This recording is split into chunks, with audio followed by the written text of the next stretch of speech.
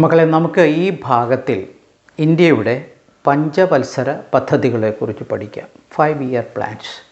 ഇൻഡിപെൻഡൻസിന് ശേഷം നമ്മൾ ഇത്രയധികം വികസിച്ചിട്ടുണ്ടെങ്കിൽ ആ വികസനത്തിന് ഏറ്റവും കൂടുതൽ പങ്കുവഹിച്ച ഒന്നാണ് ഇന്ത്യയുടെ 5 ഇയർ പ്ലാൻസ്. 1951 നമ്മളത് ആരംഭിച്ചു. ആദ്യത്തെ പഞ്ചവത്സര പദ്ധതി, അതായത് ഫസ്റ്റ് 5 ഇയർ പ്ലാൻ വിഭാവന ചെയ്തത് ഹെറാൾഡ് ഡോണിയർ എന്ന് പറയുന്ന വ്യക്തിയാണ്. അതുകൊണ്ട് നമ്മൾ ആ ഫസ്റ്റ് പഞ്ചവത്സര പദ്ധതിയെ ഹെറാൾഡ് ഡോണിയർ മോഡൽ എന്നാണ് വിളിക്കുന്നത്. 1951 സ്റ്റാർട്ട് ചെയ്തു, 1956 വരെ നമ്മളത് നടത്തി. അതിലൂടെ നമുക്ക് ടാർഗറ്റ് ചെയ്തിരുന്ന 2.1% ആയിരുന്നുവെങ്കിലും 3.6% അച്ചീവ്മെൻറ്റ് നമുക്ക് നേടാൻ സാധിച്ചു. പ്രധാനമായിട്ട് agriculture sector, irrigation sector, electricity, ഈ 3 സ്ഥലങ്ങളിലാണ് ഏറ്റവും കൂടുതൽ വികസനം നമുക്ക് ഉണ്ടാക്കാനായിട്ട് സാധിച്ചത്. അതിനുശേഷം 1956 മുതൽ 61 വരെ നമ്മൾ സെക്കൻഡ് 5 ഇയർ പ്ലാൻ ഇംപ്ലിമെൻറ്റ് ചെയ്തു. അത് മെഹലനോബിസ് എന്ന് പറയുന്ന വ്യക്തിയുടെ ഒരു ഐഡിയ ആയിരുന്നു. അതുകൊണ്ട് ആ മോഡലിൽ, ആ 5 ഇയർ പ്ലാനിനെ നമ്മൾ PC മെഹലനോബിസ് 2 സെക്ടർ മോഡൽ എന്നാണ് പറയുന്നത്.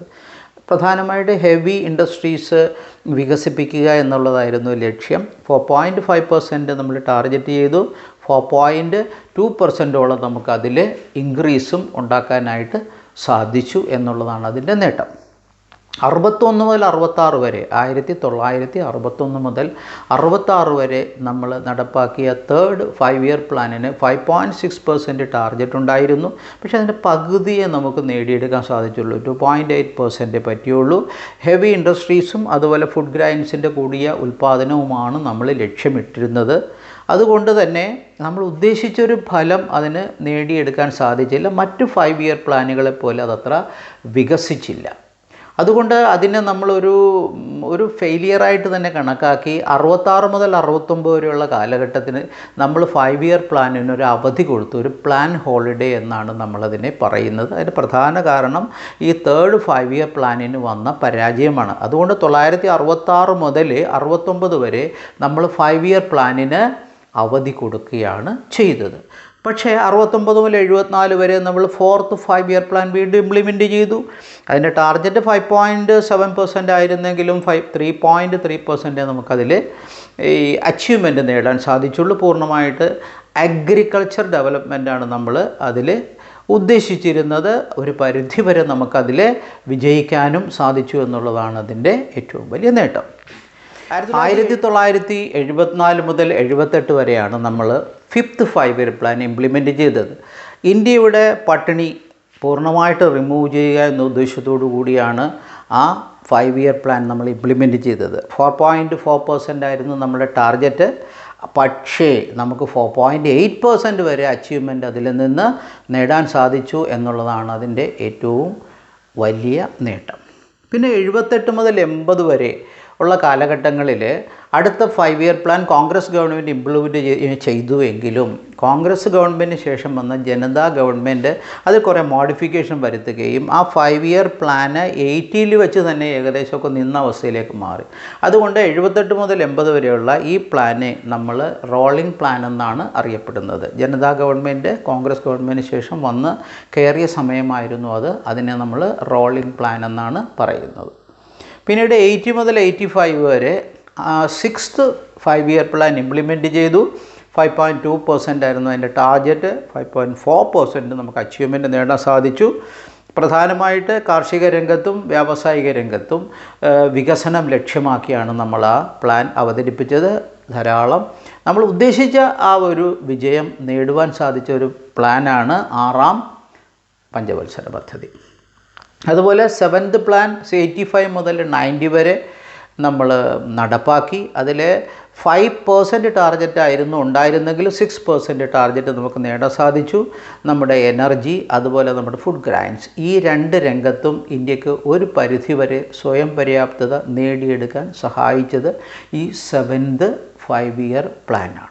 അതിനുശേഷം 90 മുതൽ 92 വരെയുള്ള കാലഘട്ടത്തിൽ നമ്മൾ 5 ഇയർ പ്ലാൻസ് ഒന്നും അവതരിപ്പിച്ചില്ല. കാരണം 90 മുതൽ 92 വരെയുള്ള കാലഘട്ടത്തിൽ നമ്മൾ ഓരോരോ ആനുവൽ പ്ലാൻസ് ആയിട്ട് 2 മാത്രമേ അവതരിപ്പിച്ചുള്ളൂ. പിന്നെ നമ്മൾ 92 മുതൽ 97 വരെയുള്ള കാലഘട്ടത്തിലാണ് 8th പ്ലാൻ കൊണ്ടുവരുന്നത്.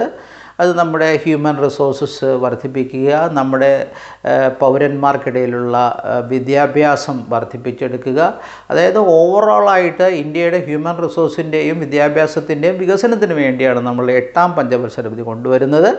അതൊരു വൻ വിജയമായിരുന്നു. 5.6% ആയിരുന്നു നമ്മുടെ ടാർഗറ്റ് എങ്കിൽ 6.6% ടാർഗറ്റ് നമുക്ക് നേടിയെടുക്കാൻ സാധിച്ച ഒന്നായിരുന്നു 92 മുതൽ 97 വരെയുള്ള 5 ഇയർ പ്ലാൻ. പിന്നീട് 97 മുതൽ 2002 വരെയാണ് നമ്മുടെ 9th 5 ഇയർ പ്ലാൻ ഇന്ത്യയിൽ നിലവിൽ വരുന്നത്. അത് ഏകദേശം ഒരു വിജയമായിരുന്നു. അതായത് 6.5% നമ്മൾ ടാർഗറ്റ് ചെയ്തു, 5.4% നമുക്ക് നേടാൻ സാധിച്ചു. അത് പ്രധാനമായിട്ട് സാമൂഹിക നീതി, സോഷ്യൽ ജസ്റ്റിസിന് വേണ്ടിയാണ് ആ 5 ഇയർ പ്ലാൻ നമ്മൾ ഇംപ്ലിമെൻറ്റ് ചെയ്തത്. പിന്നെ 2002 മുതൽ 2007 വരെ 10ാം പഞ്ചവത്സര പദ്ധതി നമ്മൾ ഇംപ്ലിമെൻറ്റ് ചെയ്തു. 8.1% ടാർഗറ്റ്, 7.5% അച്ചീവ്മെൻറ്റ്. അതും ഒരു പരിധിവരെ ഒരു വിജയമായിരുന്നു എന്ന് പറയാം. അതായത് നമ്മളുടെ ഇന്ത്യയുടെ ഓവറോൾ ഇൻകത്തിൻ്റെ വർധനവ്, അതുപോലെ തന്നെ നമ്മുടെ ഇന്ത്യയിലുള്ള എനർജി റിസോഴ്സസിൻ്റെ വർധനവ്, ഇതാണ് പ്രധാനമായിട്ടത് ലക്ഷ്യമാക്കി മുന്നോട്ട് പോയത്. പിന്നെ 2007 മുതൽ 2012 വരെയുള്ള 11th പ്ലാൻ, അത് 8% ടാർഗറ്റ് ചെയ്തു, 7.9% നമ്മൾ അച്ചീവും ചെയ്തു. അത് ഇന്ത്യയുടെ മൊത്തത്തിലുള്ള വികസനം, അതായത് ഓൾ സെക്ടറിലുള്ള ഒരു ഗ്രോത്താണ് നമ്മൾ എയിം ചെയ്തത് ആ പദ്ധതിയിൽ. പിന്നെ 2012 മുതൽ 2017 വരെ 12th പ്ലാൻ നമ്മളൊരു 8% ടാർഗറ്റ് വെച്ച് മുന്നോട്ട് പോയി. നമ്മൾ വളരെ വേഗത്തിൽ തന്നെ വളരെ ഫാസ്റ്ററായിട്ടും അതുപോലെ സസ്റ്റൈനബിളായിട്ടുള്ള ഒരു ഗ്രോത്ത് ഇന്ത്യക്ക് വേണം എന്ന് ആഗ്രഹിച്ച് നമ്മൾ നടപ്പാക്കിയതാണ് 2012 മുതൽ 2017 വരെയുള്ള 12th 5 ഇയർ പ്ലാൻ എന്ന് പറയും. അതിനുശേഷം മോദി ഗവൺമെൻറ് വന്നപ്പോൾ 5 ഇയർ പ്ലാനുകൾ നിർത്തലാക്കുകയും അതിന് പകരമായിട്ട് നീതി ആയോഗ് എന്ന് പറയുന്ന ഒരു പുതിയ സമിതി രൂപീകരിച്ച് ഇന്ത്യയുടെ പ്ലാനിങ് നീതി ആയോഗിലേക്ക് കൺവേർട്ട് ചെയ്തു. അപ്പോൾ ഈ 5 ഇയർ പ്ലാനുകൾ ഇന്ത്യയുടെ സ്വാതന്ത്ര്യത്തിന് ശേഷം ഇന്ത്യയുടെ വികസനത്തിന് എത്രമാത്രം ഹെൽപ്ഫുള്ളായിരുന്നു, അതെന്ന് തുടങ്ങി, എന്നവസാനിച്ചു, അതിൻ്റെ ടാർഗറ്റ് എന്തായിരുന്നു, അച്ചീവ്മെൻറ്റ് എന്തായിരുന്നു, അതുകൊണ്ട് ഇന്ത്യക്കുണ്ടായ നേട്ടങ്ങൾ എന്തായിരുന്നു എന്നുള്ള ചുരുക്കിയൊരു വിവരണമെങ്കിലും നിങ്ങൾ മനസ്സിലാക്കിയിരുന്നാൽ ഇന്ത്യ പോലുള്ള പരീക്ഷകൾ എഴുതുമ്പോൾ നിങ്ങൾക്ക് ഹെൽപ്ഫുള്ളായിരിക്കും. പക്ഷേ കുറച്ചുകൂടെ ഡിസ്ക്രിപ്റ്റീവായിട്ട് ഇത് പഠിക്കാൻ നിങ്ങൾക്ക് സമയം കിട്ടുമ്പോൾ പഠിക്കുന്നത് നന്നായിരിക്കും. ഇതിൻ്റെ തന്നെ വേറെ ഭാഗങ്ങളിൽ ഞാൻ പിന്നീടിടുന്ന വീഡിയോസിൽ ഇതിൽ ഓരോ പദ്ധതികളെക്കുറിച്ചും അതിൻ്റെ ഡീറ്റെയിൽസും വേറെ ഇടുന്നതായിരിക്കും.